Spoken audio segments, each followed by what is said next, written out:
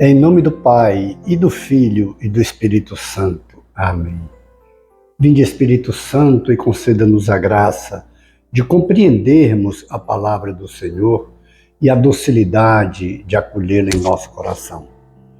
Nossa Lex Divina, com o texto de Marcos 6, de 45 a 52.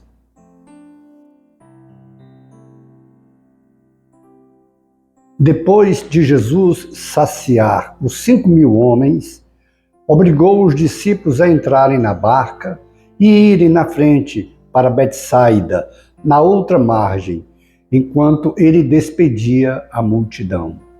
Logo depois de se despedir deles, subiu ao monte para orar.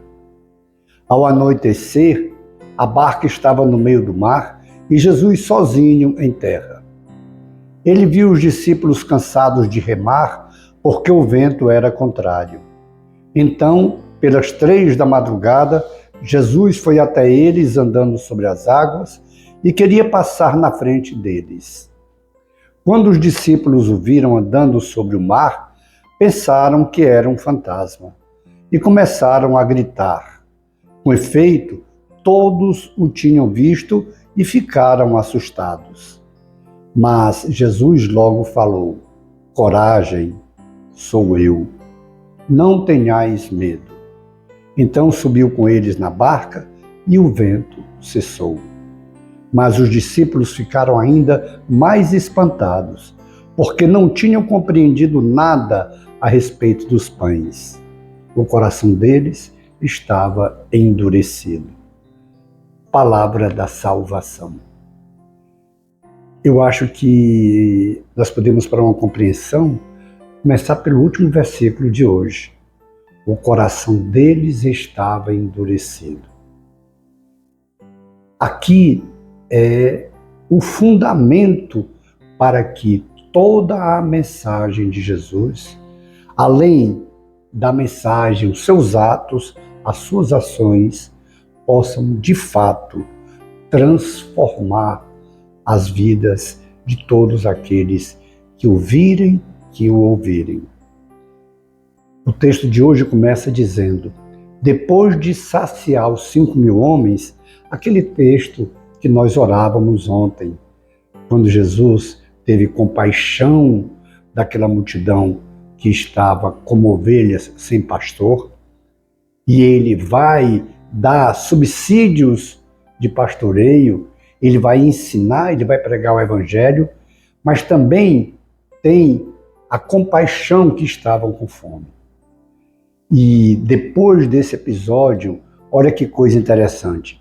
Jesus obrigou os discípulos a saírem enquanto ele ia se despedir deles. Eu fico imaginando o tempo que Jesus levou ali. Por quê? Jesus quer que cada um tenha aquele encontro pessoal com ele. Jesus fez questão, ele pregou o evangelho, anunciou a boa nova, ele alimentou o povo, mas agora ele faz questão de que cada um não se sinta um na multidão, mas ele faz questão de que cada um se sinta especialmente amado por ele, amado por Deus.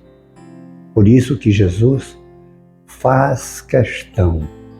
Os discípulos podem ir, vão na frente.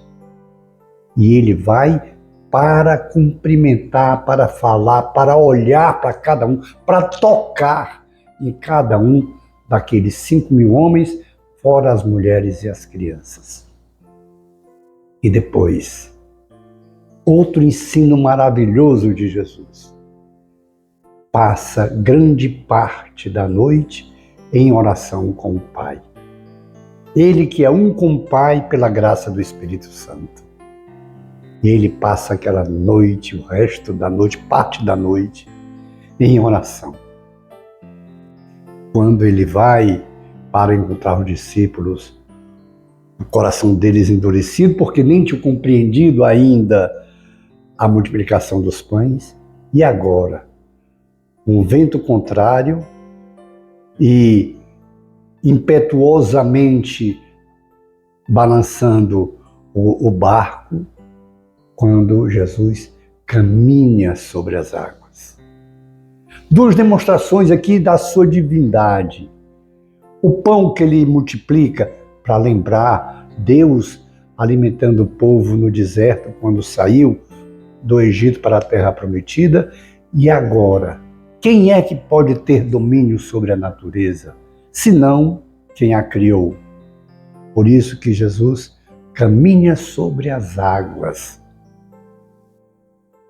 E na hora que Jesus adentra o barco fica sem mais ser agitado, porque o vento, as ondas param, para mostrar que Jesus é a solução de todos os problemas, que Ele é Deus e que tem poder sobre tudo. Agora nós pensamos em nós. E o primeiro ponto a pensar em nós é como está o nosso coração. Será que o nosso coração está endurecido como estavam os discípulos, os apóstolos?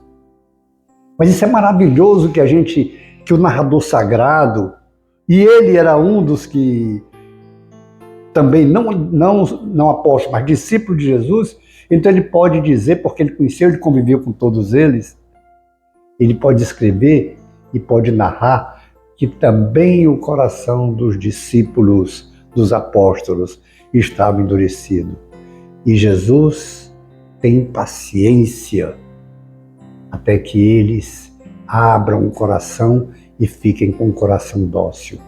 Isso é maravilhoso para nós, porque quantas vezes a gente esteve com o coração endurecido, o coração incrédulo, apesar de vermos as maravilhas do Senhor, apesar de conhecermos a sua palavra, o seu evangelho, apesar de termos os sacramentos, apesar de termos a presença do Senhor diária, quantas vezes ainda fechamos o nosso coração? O grande convite para que toda a ação de Deus, sua ação divina, de falar para nós, de pregar o evangelho, de providenciar nossas necessidades, de tocar em nós, de termos um encontro pessoal com Ele. Sim, nós temos esse encontro pessoal com Ele. Quando nós estamos tocando em Deus, tocamos na palavra, a palavra se fez carne e habitou entre nós. Nós tocamos em Deus quando recebemos o perdão, uma confissão. Nós tocamos em Deus quando comungamos o seu corpo. Nós tocamos em Deus quando agimos como Ele agiria com o irmão. Esse toque simbólico, mas transformador, depende do nosso coração. Nós precisamos abrir o nosso coração, deixar que a docilidade venha sobre ele, porque assim toda a palavra de Deus, ela vai calar no nosso coração. Até essas maravilhas, esses sinais, esses prodígios, esses milagres de Jesus, nós os iremos acolher e serão transformadores em nossas vidas. Mas o segredo todo depende desse último versículo. O coração daqueles discípulos está endurecido. E só depois, quando eles se deixam ter um coração dócil, então, aí toda a graça de Deus acontece em suas vidas. Façamos esse compromisso agora, de não termos mais esse coração de pedra, insensível e endurecido. Façamos esse compromisso de lutar para termos um coração dócil para acolher toda a mensagem de Jesus, a sua palavra, que é palavra de salvação. Depois, contemplemos as maravilhas do Senhor em nossas vidas. Glória ao Pai, e ao Filho e ao Espírito Santo, como era no princípio, agora e sempre. Amém. Abençoe-nos o Deus Todo-Poderoso, o Pai e o Filho e o Espírito Santo. Amém. Face de Cristo, resplandecei em nós.